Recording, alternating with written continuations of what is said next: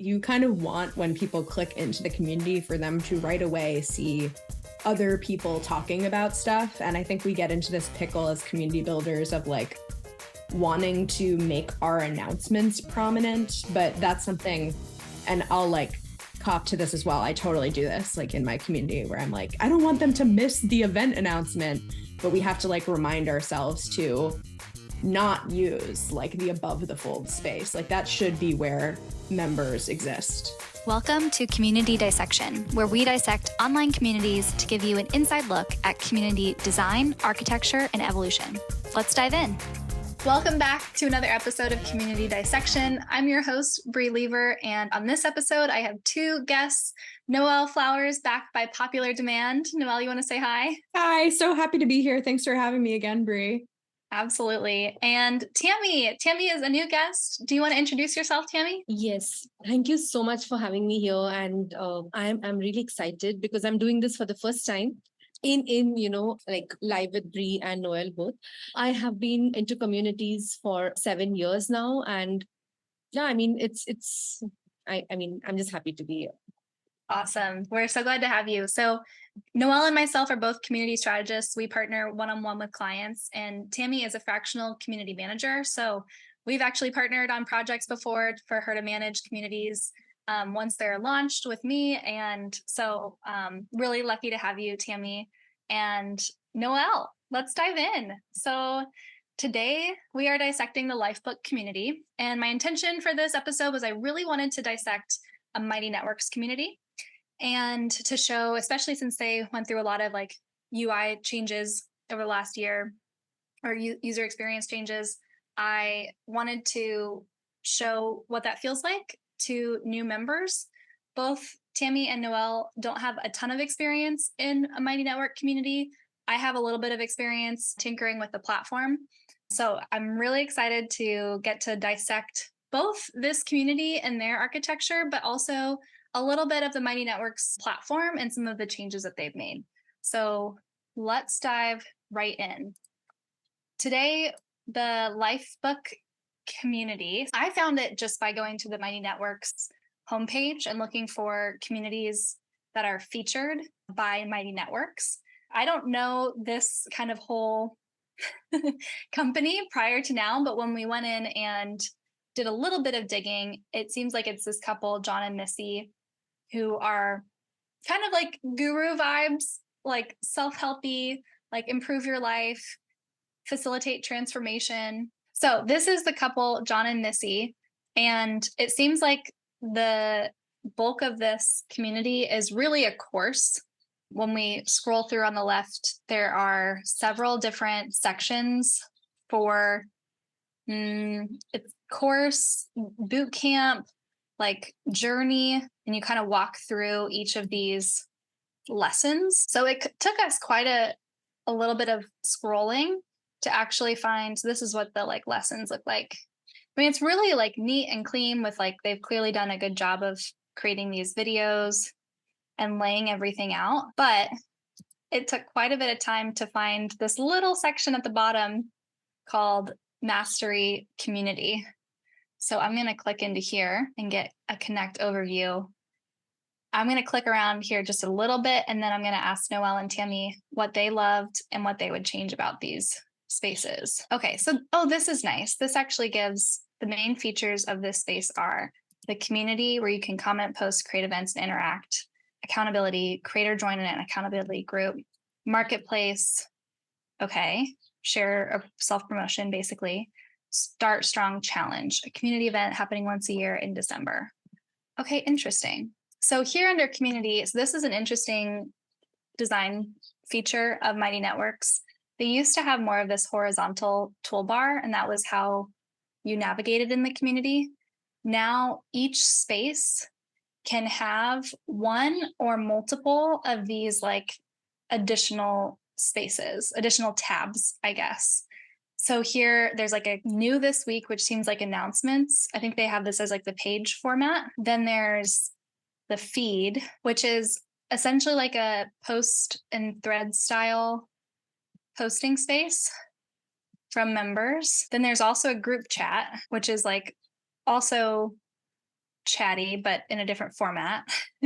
So for me, there's a little bit of confusion between what should I post in feed versus what should I post in group chat. And then discovery, Mighty Networks loves the word discovery, and I never know what it means. They used to have discovery as like one of their main features over here, and it still kind of confuses me. It seems like a feed to me. I don't know, but it's a bunch of different things. Okay, Noele and Tammy, tell me, what do you like about this community? And if I need to click into a space so you can show us and what you're talking about, let me know. I like that, when you enter the community, it's really well organized by chapters, by months, by topics. And when we went into like each topic, I think there is a space where people can actually put in their comments, which kind of feels nice. Like, before I like as a community member, I really like to see, what's happening in that particular, like the lesson or, whatever chapters they've done. I think it's really well done. Yeah, I agree. I do like that there are comments here and a little bit of interaction. I think that's a nice feature. Noele, do you want to share what you liked? Yeah, I mean, just to kind of piggyback off what you're saying, Tammy, one of the things that I wrote down as like a positive here is just that there is a lot of content. Like, I think sometimes the message, what I'm about to say next, will feel like it undermines this. So I want to lead with that I think having a lot of valuable and well thought out content in a community is generally a good thing. But that where it starts to get sort of complicated for me, or where I would go into like a growth point, is just how many decisions you are giving people about how to access that content. And for me, that's mostly playing out on the sidebar, which, for if John and Missy are watching this, I was thinking as I was looking through this, I wonder if this is something that's sort of like inherent to the setup of Mighty Networks versus a choice that they made as community builders. But when I'm coaching community builders, I'm usually asking them to limit the amount of choices they give to like under 10. And I think we saw that play out in terms of just like how long it took us to scroll down and find the community. For me, I want people to be able to come into a community, and I'm sorry if I'm repeating this metaphor. Maybe I've said this already on a previous dissection, but I really like this, that if you like walk into the kitchen and the gas valve is on, you're like, gas is on, right? Like, I know where it is. I know where it's coming from. And I think we want the community discussion to be like that obvious to people. And I like that metaphor because it helps you kind of think about, oh, it's really like got to be at the top. It's got to be screaming. It's got to be clear. So that's my first thought. And as you know, I can really go on and on. So I'll pause there. No, it's great. It's great. And I completely agree. It has to be so glaringly obvious. It probably feels like abundantly obvious to whoever put all this together. They're like, well, duh, the community is down here. Just like scroll a tiny bit. But to somebody who's new, you have to make it just blazingly obvious. And so I think moving the community element up, I do think this probably started as more of like a course. And so I think they're probably used to like feeding an audience content. And that's why it's so content centric. But I think my challenge to this, to John and Missy and their team, would be to like focus more on the community aspect, because I actually think your content is the catalyst for community connection. And I think that's actually probably why people are going to stick around. It's probably where the big value from your community space is going to come from. So love the great content, but use it as the jumping off point for creating those connections and make the connections more central to the user experience here. I will say, I think this is not confirmed, but I think that Mighty Networks has like an upgraded version where you can get access to like more of a course design. So, and I think they like walk through, I think what they did here was they maybe have like a like lower price point option where they just formatted the course through these pages. And there's like certain course functionality that you can get in the pages. But you're right, like even if you just were only able to see Envision overview and you didn't see the rest drop down until after you'd like completed that one, which again is a Mighty Networks thing. And maybe they have that available with like an upgrade, but it takes up so much real estate. And I think this left-hand toolbar is like, it is your like 30-second chance to communicate to people that they have arrived at the right place. Like that is where people are going to look to be like, what happens here? And am I in the right place?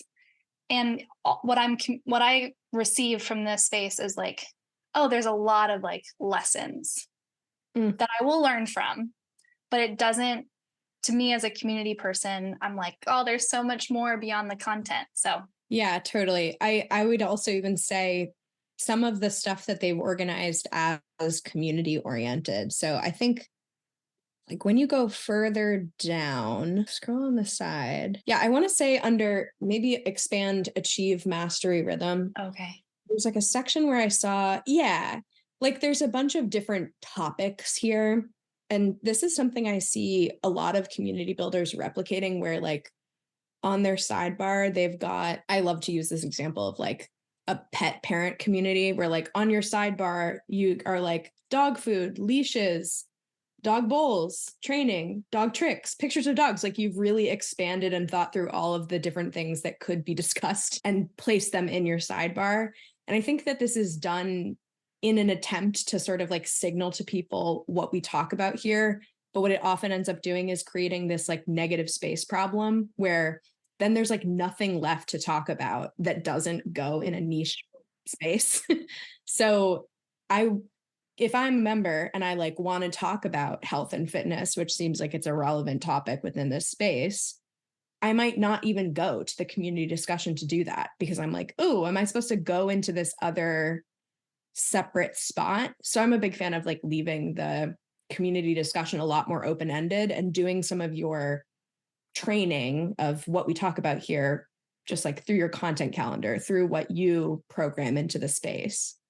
I'm curious what both of your thoughts are about that, though. If you're enjoying our community dissection episodes and have a community of your own, then I invite you to download our community audit checklist.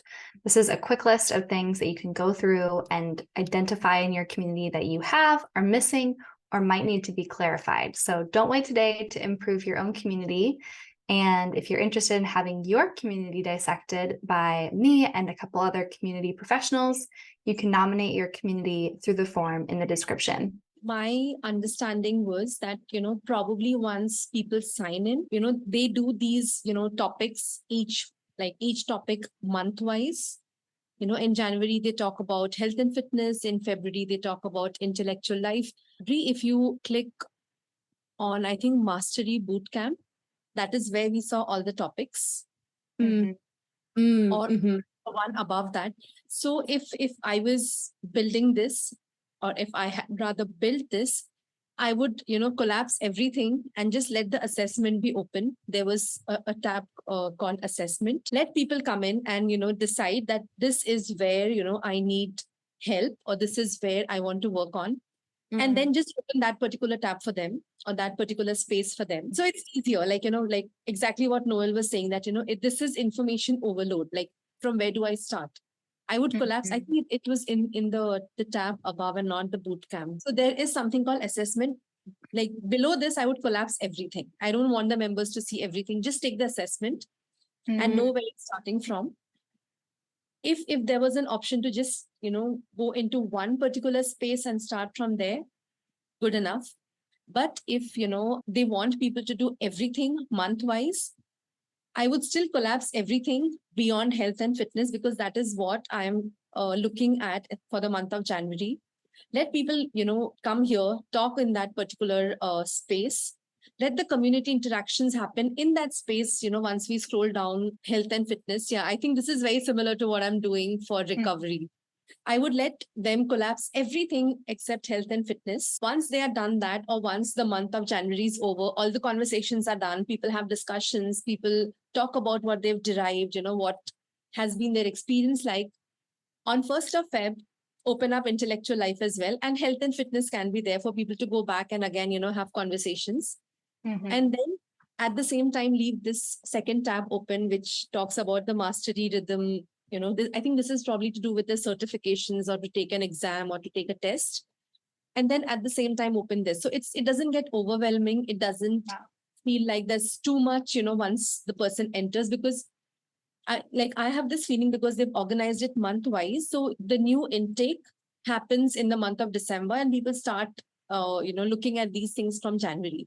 So there's no way that somebody is joining in the middle of the year and getting overwhelmed looking at everything else. Mm-hmm. And it's like content really does, I mean this in a playful way, content lends itself to laziness. it's so easy to like set it and forget it, especially when you're like, look, like, oh great, you could just come in and you can just figure out whatever month we're in and you can just start from there. But it's like with like a tiny bit more effort, like you can curate this content journey. And especially for big communities, I've noticed there starts to be this tipping point where they do need to like segment where members are starting on their journey, and usually an assessment or some sort of like self-identifier in the beginning to help them identify like where in the flow they need to jump into. And like catering, it would be pretty easy too to set up, like if they took the assessment and there's like maybe 3 different profiles about like what they need. And it's like, okay, this profile goes from like steps 1 through 5. Profile 2, these are their steps 1 through 5. And when they take the assessment, like whatever their result is, tagging their member profile with that, and then giving them visibility into different pathways depending on which journey they're on. At the point that you have this much content, like you do, like doing something like that to help people find the content that they're looking for. Because it's just so easy to convince yourself that like everyone is like dying to go through 12 lessons. And it's like, I bet they're not. It's just like the reality is like you have to be so intentional about how you guide people through content, especially when there's this much of it. Yeah. I also love, Tammy, how you're pointing to like an opt-in based paradigm versus like Bree, correct me if I'm wrong, you set this up as a trial and this is just like what popped up. Yeah. Like everything is up. So I don't know whether Mighty Networks lets you do these settings, but I know a lot of community platforms do allow you to kind of make some distinction about like people joining different subgroups. So having it default to something a little bit more sparse and then letting them like jump into those tracks versus the other way around, I think is a really good call out.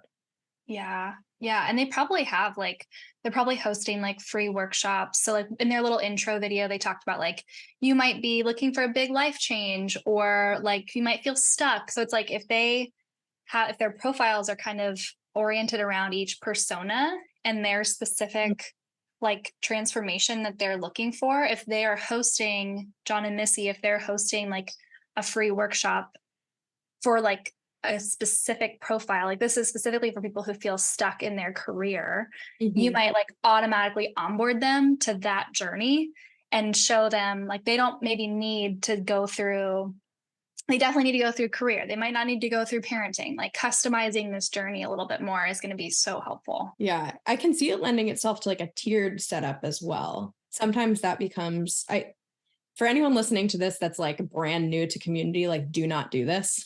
Do not create like a tiered community. But if you have reached this point and you have thousands of people in there and this much content, I think that can be a point where it's nice to like let people self-diagnose as well. Like assessment and tagging is one thing. There's also a way where you can just say, this is the track that we have for parents. This is the track that we have for folks that are focused on their career, and just really having some breakdown in the community, which I think can also lend itself to starting to like reestablish some of that like intimacy that happens in smaller communities that can get lost when communities get really big. So I guess I'd also be curious, like what kind of feedback these community builders are getting from their members about what the growth of this community has felt like and how it has differed from when they had 100 members to however many they do now. That could be an interesting signal to whether a tiered system would be a good fit. Awesome. What else would you change or call out that you love? I think I saw this, I think when you scroll down, like on the left side, like towards the end, I think there was this one. I mean, we spoke about a lot of things that could have been, at the beginning, at the top. Uh, I also think, the marketplace or the accountability could also have been at the beginning. So people know exactly what's happening. I mean, of course, this is a part of the community space, but then it would make sense to know, what events are happening, what's happening in accountability section. Like, are people really talking? Or am I entering a community which is just about coaching? So this is marketplace, which I think there's generally less conversation around self-promotion. So maybe I'll click into community and the feed here just to see what the actual engagement looks like on the posts. I will say, just while we're here, I'm not a fan of this like horizontal feed, especially because when we click on Lifebook community, it spits me into new this week, which is like, seems like posts and announcements. And so you have to click into community and then you have to click into feed, which doesn't even tell me that that's where conversation is happening. Like, it just feels like the names of things in Mighty Networks is not obvious. And it kind of drives me nuts. Like, I don't know, like feed could mean like announcements, like being fed to me in like a news feed, or it could mean like conversation. But I think just calling it conversation or discussion would be much more obvious and easier to find. Let's scroll down here to see what Tammy was wondering about. So here we have an event meetup in London, which I will say, I see right here in their profile that it says champion. So I love that there's already like clearly some sort of leadership identification. It seems like these are volunteer members and not like hired members. I mean, maybe they are, but I love that there's some sort of like tag for leaders in the community and they've like clearly done something to become a champion and they're leading like these meetup groups. A lot of good things have to be happening in order for all of that like one outcome of someone leading a meetup in your local area to happen. So I will say that's a great sign. We get into this pickle with this like news. I'm curious whether they can change what order these things come in, like whether they can set feed as default versus news this week. I think you can. Yeah. I would do that. That's, I guess, here's my tangible advice is like, do that. You kind of want when people click into the community for them to right away see other people talking about stuff. And I think we get into this pickle as community builders of like wanting to make our announcements prominent, but that's something, and I'll like cop to this as well. I totally do this like in my community where I'm like, I don't want them to miss the event announcement, but we have to like remind ourselves to not use like the above the fold space. Like that should be where members exist.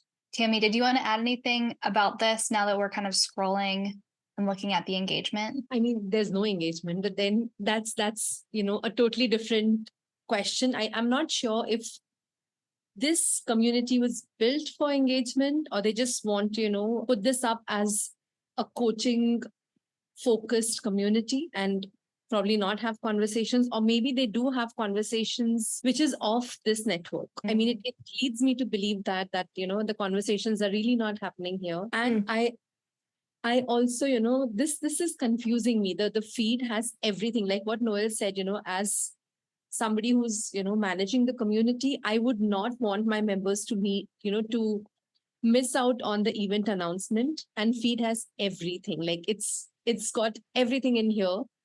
And I think it kind of makes a member feel overwhelmed with everything that's coming in here. And it's not just, well, I'll add to that. It's not just like everything is in here. It's also everything is in new this week. Everything is also in discovery. And then and then it's like they just repeat like 5 different ways of saying the same things. And it's like, at what point do we just simplify it and like communicate? Like, it just doesn't need to be, it's like you have events here, you have events here, you have events being communicated in the feed, and then you have events in the new this week. Like, okay, we get it. Like there's events happening. Can we just like, I just don't love that format. I feel like it overwhelms people unnecessarily. Like you don't have to overwhelm me. You only have like 5 events happening, but it feels like the sheer volume feels so much greater because of the way it's laid out in this space. True, true. And I think when we were looking at the event section right here in new this week, it's not, it doesn't have the dates. So, I would have to actually go in, check out, when the dates are, and then, kind of look at, my calendar and see, am I really, free this in, this particular week to attend this particular event. So even though it's listing out event in 5 different places, this is really missing. Yeah, it's like overwhelming and then underwhelming. You're like overwhelmed that there's so much, and then you're underwhelmed that you're like, oh, it's just the same stuff being repeated in 10 different places. 100%. I would even add to that, like, I feel like a lot of people can kind of tend to throw the baby out with the bathwater, so to speak, when they start communities that they're like, we're just doing community now, like broadcast channels are out. And I am a fan of like layering, like email still exists. We can use both, and we should use both in combination. And for me, I think if I'm trying to get people like backing up to what the purpose of an event is, I'm trying to get people into the community. So if I'm over advertising the event in the community, I am not hitting the people that are not in the community, that are not opening it. I'm speaking to like the wrong audience. So to me, this might even be something that I would favor, like doing a short email campaign to get people to the event. And then the event takes place in the community, and the conversation around the event takes place there. But I think there's like a need for a little bit more like pause. What is this communication for? Are we like telling them? Are we inviting them into a conversation? Are we trying to get them to take an action? Whatever it is. Absolutely. Yeah. And I'll say that I do love that they have this many events happening. Like, I think events are a pretty great way to tell the health of the community and the attendance at them. Because if an event sucks, no one's going to come to your next one. So I think 52 people going, 33 going, 26. It's like there's life in this community. I think the number one pillar that I recommend them reassessing is conversation, and the asynchronous conversation that they have an opportunity to facilitate online, using content and events as these like sparks and catalyst to create ongoing conversation afterwards, which then like somebody might enter the ongoing conversation, which becomes a spark for them to attend an event, or like, oh, I like kind of skipped that lesson, I'll be honest, but I'll go back and do it because I heard this person's like reflection on everything, like in depth. So there's a lot of there's good bones here. Like there is good stuff. I think the layout sort of like some tweaks there, and like strategically really focusing in on fostering conversation virtually, they have a huge opportunity there. 100%. And Bree, I love your ability. I think like genuinely when we're learning stuff, it is so easy to kind of like nitpick at the things that are not working. And I love your ability to like point back to the seeds that are working well and how you can kind of grow the things that are needing some love on top of that foundation. I totally co-sign that notion. Y'all, this was awesome getting to dig in a little bit. I loved your feedback and your insights. Any final words of advice or anything you noticed from our time? I would love to get this community and, see what they're doing. Yeah, I'm always curious after we do these to like, I'm envisioning the person who built the community listening to this. And I'm always curious to hear like some of the factors that went into decision making, some of the things that we can't see right off the bat. Yeah, absolutely. And that's a perfect segue, because I like to say, if anyone from the Lifebook community or team is watching this, we hope you take the spirit of intention with which this episode is intended. We are community builders. We know that there are so many factors beyond what we can see in like a 30-minute session dissecting your community online. So we hope that this was helpful. I think overall, like some really amazing stuff. Like, again, like I said, the bones here are really good. And I think with a couple tweaks and a little bit more intention on certain areas, you could see a lot more engagement, and a community-centric space would really enhance the experience overall. So Noele and Tammy, thank you for dissecting with me today. And if you want to connect with Noele and Tammy, we'll have their links to their LinkedIn in the description. And if you want to dissect your own community, I have a self-audit checklist kind of working through the principles that I look for in communities on these episodes. So you can download that checklist and do it yourself if you don't want me to dissect it. But I'll try to find you and I'll try to come for your community. All right. Bye, everyone. Go drink some water.